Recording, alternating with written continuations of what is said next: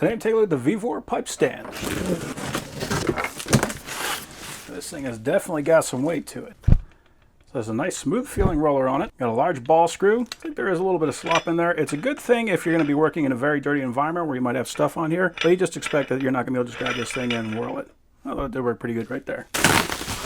And here is the stand. Okay, this is nice. So it does actually have a carry handle, so you can lift the whole thing up.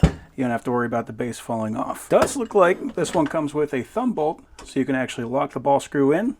Now you don't have to worry about that thing spinning. Now this whole pipe also comes in and out, and we have another lock right here to hold that one in place. If you got a key now, you might also notice we got this wedge plate, so this will allow you to move it up, but it will lock it so it doesn't go down. If you want it to go down, pick that up, and then it will drop. So very nice, easy, quick adjustment. Does have tripod legs, so you can easily pick this thing up and move it. It does have a little bit of play right here, but we do have another screw right here, so we can lock that to make sure the legs are not going to collapse. It has a very nice paint job on it. So all I got to do is drop in our head, then we can get a rough adjustment with the pipe, and we can get our fine adjustment with the wheel.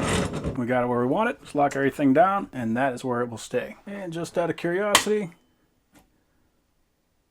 that does appear to be level. So it actually goes up fairly tall. I got my bandsaw up on a table, and this one actually reaches it. We've got one right over here. That isn't tall enough. This one actually is. So it is nice having that extra length. So as it is, we can feed that thing all day. Much nicer than having to have somebody here holding this, or just having it fall off the end. So I just want to get our height set, so we're getting perfect 90-degree angles on our cuts.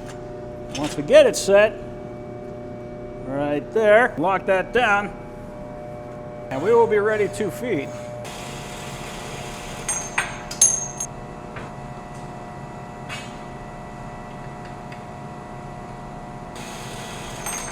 And I can keep on doing that all day. So that is way easier than having to either go over here and really crimp on that thing, or get the saw started and go over there and hold it up. If you're cutting a lot of long pieces, a tool like this can really come in handy.